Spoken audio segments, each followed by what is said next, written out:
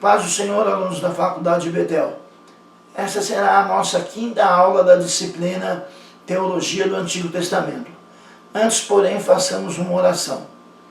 Pai, em nome de Jesus Cristo, seu amado Filho, que é poderoso e fiel, em cuja presença nós nos encontramos nessa noite, nós lhe somos gratos, papai, pelo dia que passou e por essa noite. E te pedimos, Pai bendito, Deus glorioso, que nós possamos guardar a Tua palavra no nosso coração para não pecarmos contra Ti. Nós te pedimos, já te agradecemos, em nome de Jesus. Amém. Teologia do Antigo Testamento, quinta aula.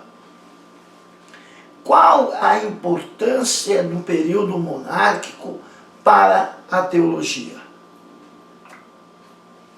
Nessa aula nós teremos como objetivo reconhecer a importância do período monárquico para a teologia, analisar os textos, analisar os temas teológicos do período monárquico e aprender com os exemplos do período monárquico. Na aula passada, nós vimos que os livros históricos, esses 12 livros que vêm logo após o Pentateuco, eles estão divididos em 3 períodos, didaticamente divididos, em 3 períodos que ocupam-se da história de Israel no Antigo Testamento. O primeiro período é o período da teocracia sob os juízes. Inclui Josué, Juízes e Ruth. Esse período nós já estudamos na aula passada. O segundo período, é o período que nós iremos estudar na aula de hoje, é o período da monarquia, sob Saul, Davi e Salomão, os 3 primeiros reis, os reis da monarquia unida. Abrange também a divisão do reino e o cativeiro. Esses livros são 6, 1º e 2º Samuel, 1º e 2º Reis e 1º e 2º Crônicas. São 6 livros do chamado período monárquico que nós iremos estudar hoje. Tem também um terceiro período que nós estudaremos posteriormente, que é o período do pós-cativeiro, sob Zorobabel, Esdras e Neemias, juntamente com os profetas contemporâneos, Ageu, Zacarias e Malaquias. É composto de 3 livros, Esdras, Neemias e Esther. Como dissemos, na aula passada nós estudamos os temas teológicos da teocracia. Nessa aula nós vamos estudar os temas teológicos do período da monarquia. O primeiro dos livros do período da monarquia é o livro de 1 Samuel. Os livros de Samuel, eles juntos, os dois, traçam a história de Israel desde Samuel até os últimos dias de Davi e conta a história de 3 importantes homens, Samuel, Saul e Davi. Nós sabemos que Samuel era escritor, ele escreveu um livro, conforme o que se depreende de 1 Samuel, capítulo 10, versículo 25. O fato dele ser escritor, dele ter escrito um livro, torna possível que ele tenha escrito também parte de 1 Samuel. Temos também outros participantes do livro de Samuel, que são os profetas historiadores Gate e Natã, que provavelmente participaram da escrição do primeiro livro de Samuel e escreveram o segundo livro de Samuel, porque apesar do segundo livro levar o nome do profeta, mas o profeta morre no primeiro livro. Então nós vemos em 1 Crônicas, capítulo 29, versículo 29, que Gate e Natã eram profetas historiadores, profetas que escreviam crônicas de reis. Então, bem possivelmente participaram da inscrição de 1 Samuel e escreveram o 2 Samuel. Os eventos de 1 Samuel, eles ocorrem durante um período de 100 anos, a partir do ano 1100 até o ano 100. Então, 1 Samuel cobre 100 anos. Já 2 Samuel descreve apenas 40 anos. E a data de inscrição desses 2 livros é por volta de 960 a.C. 1 Samuel, ele registra a história de Canaã, história de Israel na terra de Canaã. À medida que passam pela transição do governo dos juízes a uma nação unificada, que os juízes eram líderes tribais. 1 Samuel registra essa época de transição entre o período do governo tribal sobre os juízes e o período de uma monarquia unificada. Samuel, ele nasce, ele emerge, ele aparece, e ele é o último juiz, além de sacerdote, ele é o último juiz. E ele unge os dois primeiros reis, Saul e Davi. Então Samuel é um personagem muito importante da história de Israel, por isso esses dois primeiros livros, 1º e 2º Samuel, que na Bíblia hebraica eram um só, são um só, eles foram divididos em dois na Septuaginta, levam o nome do profeta Samuel por conta dessa grande importância que ele tem, de ter sido sacerdote, profeta, ter ungido os dois primeiros reis, ter sido o último juiz, esse homem desse importante período de transição. Vejamos alguns temas teológicos em 1 Samuel. 1 Samuel ele nos oferece uma crítica da autoridade política. Ele analisa, ele critica a autoridade política e mostra que Deus é o único rei para o seu povo. Para ser legítimo, o rei humano ele tinha que servir a Deus por intermédio do serviço prestado ao povo. O que legitimava o reinado do rei humano era ele servir a Deus por intermédio do serviço prestado ao povo. Como eles, na sua maioria, falharam nisso, essa crítica deixa patente que o grande rei do povo de Israel era Yahvé, era Deus. Essa questão de o rei precisar servir ao povo para considerar-se um servo de Deus, um rei segundo a vontade de Deus, compreende duas coisas. Primeiro, reunir e liderar o povo, ajudando a proteger-se e a libertar-se dos inimigos. Nós vemos isso em 1 Samuel 9,16. O rei ele precisava reunir, liderar o povo e protegê-los e libertá-los dos seus inimigos. Em segundo lugar, o rei precisava organizar o povo e promover a vida social conforme a justiça e o direito. E a justiça e o direito em Israel é baseado na vontade de Deus. Nós vemos isso em Deuteronômio capítulo 14, do versículo 16 ao 20, que fala como deveria ser um rei que Deus queria para o seu povo. Vejamos Cristo no livro de 1 Samuel. As semelhanças entre Jesus e o pequeno Samuel são surpreendentes. Então, há uma grande semelhança entre Samuel e Jesus. Ambos eram filhos da promessa. Quando nós lemos 1 Samuel, capítulo 1, versículo 17, nós vemos, através de Eli, Deus prometendo Samuel a Ana. Então Samuel era um filho da promessa, conforme o que se depreende de 1 Samuel, capítulo 1, versículo 17. Quando nós olhamos para Lucas, capítulo 1, versículo 31, nós vemos também Jesus como filho da promessa. Um anjo surge para Maria e promete a ela Jesus. Então, primeira semelhança, os dois eram filhos da promessa. Segunda semelhança, os dois foram dedicados a Deus. Os dois foram dedicados a Deus. 1 Samuel, capítulo 1, versículo 11, Ana promete devolver Samuel a Deus. Se Deus lhe desse um filho varão, ela o devolveria a Deus. Em Lucas capítulo 1, versículo 35, nós vemos dizer que Jesus seria chamado Filho de Deus. Então vemos duas semelhanças. Ambos são filhos da promessa e ambos foram dedicados a Deus. É uma cristologia presente em 1 Samuel, essa prefiguração de Cristo em Samuel. Temos ainda um terceiro tema dentro dessa linha. Ambos foram pontes de transição de um estágio da história da nação para outro. Tá?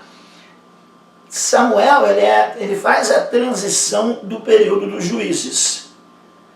Jesus ele faz a transição do período em que imperava a profecia, imperava a lei do Antigo Testamento, para um período que agora o que passa a imperar é a graça.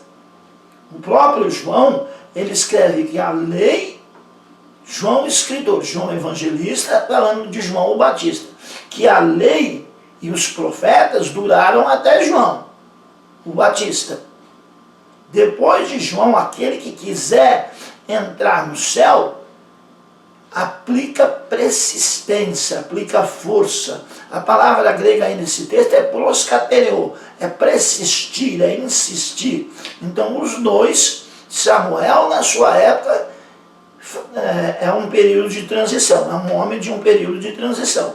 Jesus também é um homem de um período de transição. Samuel, ele acumulou os ofícios de profeta e sacerdote. Interessante que Samuel não poderia ser sacerdote, que Samuel não era da tribo de Judá. Não era da tribo de Judá. Se nós analisarmos quem era o pai de Samuel, Eucana, esposo de Ana, nós vamos ver que ele não era da tribo de Levi. Eu disse de Judá, peraí, deixa eu melhorar isso. Ele não era da tribo de Levi, portanto não podia ser sacerdote. Há uma quebra de paradigma, uma quebra de protocolo. Deus escolhe para si um sacerdote que não era da tribo de Levi e da família de Arão. Era um profeta e sacerdote. Cristo também é profeta e é sacerdote e é rei. Cristo é o profeta que foi prometido lá em Deuteronômio, o profeta que Moisés disse: o Senhor vosso Deus levantará um profeta semelhante a mim. Cristo é este profeta. Cristo também é sacerdote, mas também não é da tribo de Levi. Também não poderia, pelo protocolo, ser sacerdote. Mas Cristo é um sacerdote segundo uma ordem maior.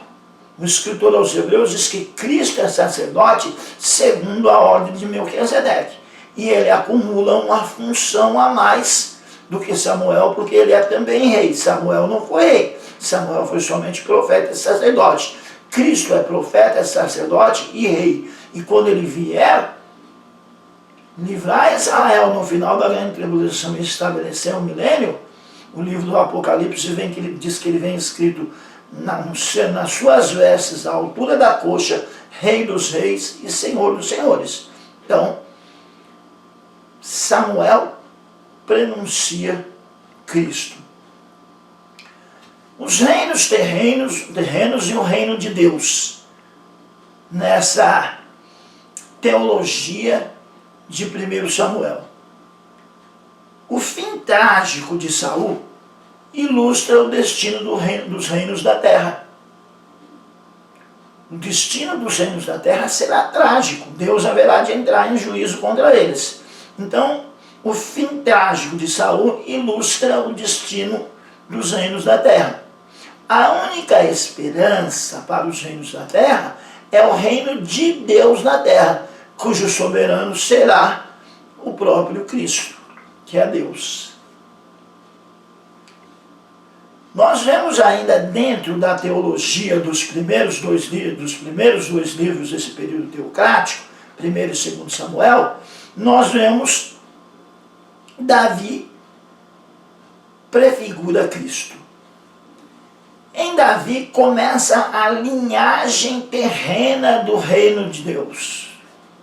A linhagem terrena começa em Davi. Cristo é chamado filho de Davi. Em Cristo, Deus vem como rei e virá novamente como rei dos reis. Em Cristo, Deus veio como rei e virá novamente como rei dos reis.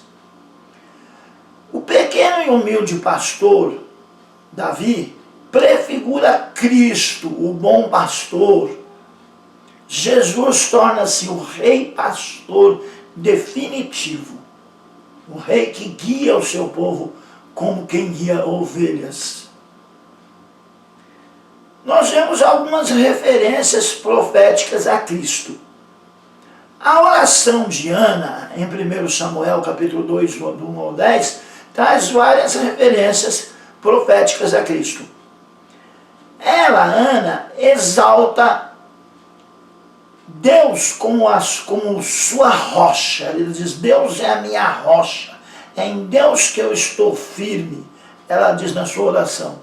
E nós sabemos que através dos evangelhos, Jesus é a rocha sobre a qual devemos construir a nossa casa material, nossa casa espiritual. Então nós vemos aí a primeira referência profética na oração de Ana, que está no capítulo 2 de Samuel, versículos 1 ao 10, Cristo como a rocha.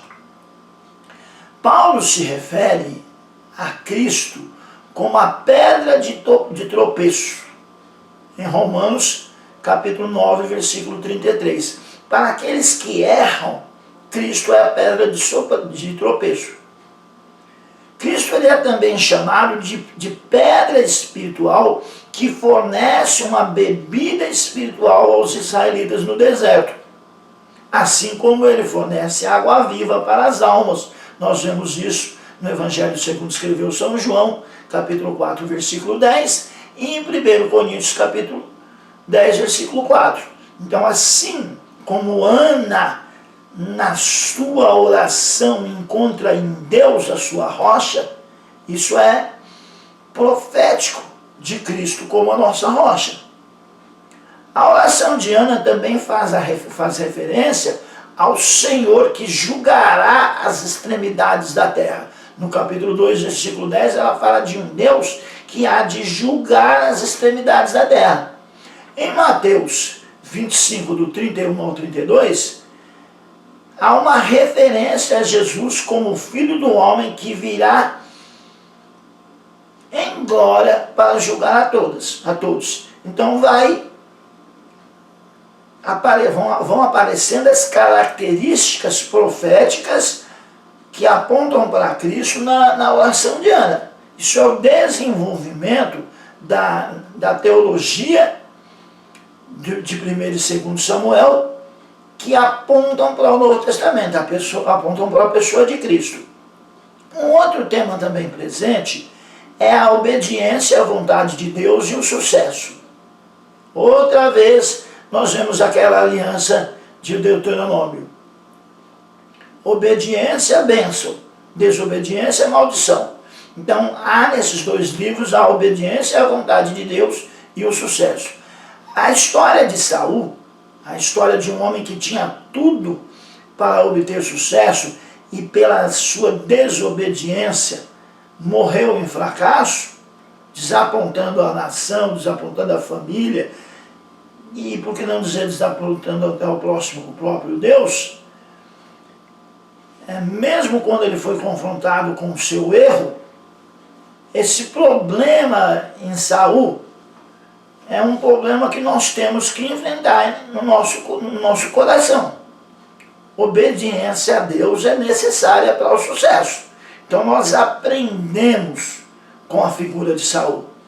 Saul fracassou porque desobedeceu a Deus. Então Saul é para nós um modelo daquilo que não se deve fazer. O orgulho de Saul o levou à rebelião e a rebelião o levou à queda. E conosco é a mesma coisa. Se em orgulho nós nos rebelarmos contra Deus, isso vai nos levar à queda. Vai nos levar a um insucesso, a decepção. Porque Deus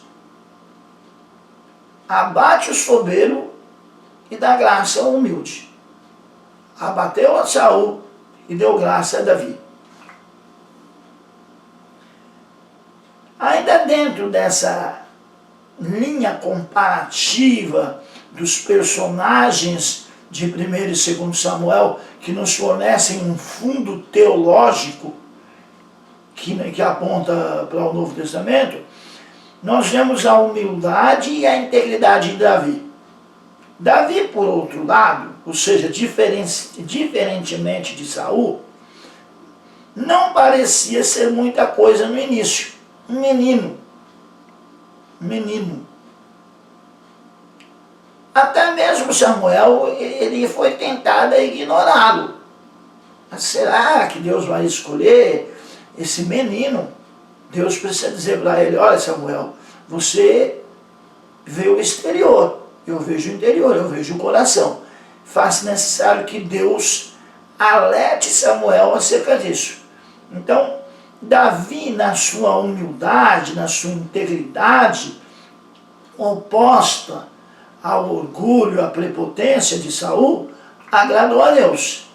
Então nós vemos que a humildade e a integridade, juntamente com a ousadia para servir a Deus e o compromisso, deixaram para nós um bom exemplo da pessoa de Davi.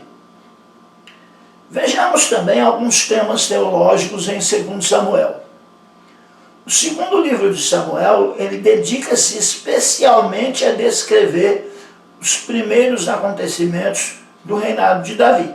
Ele descreve todo o reinado de Davi.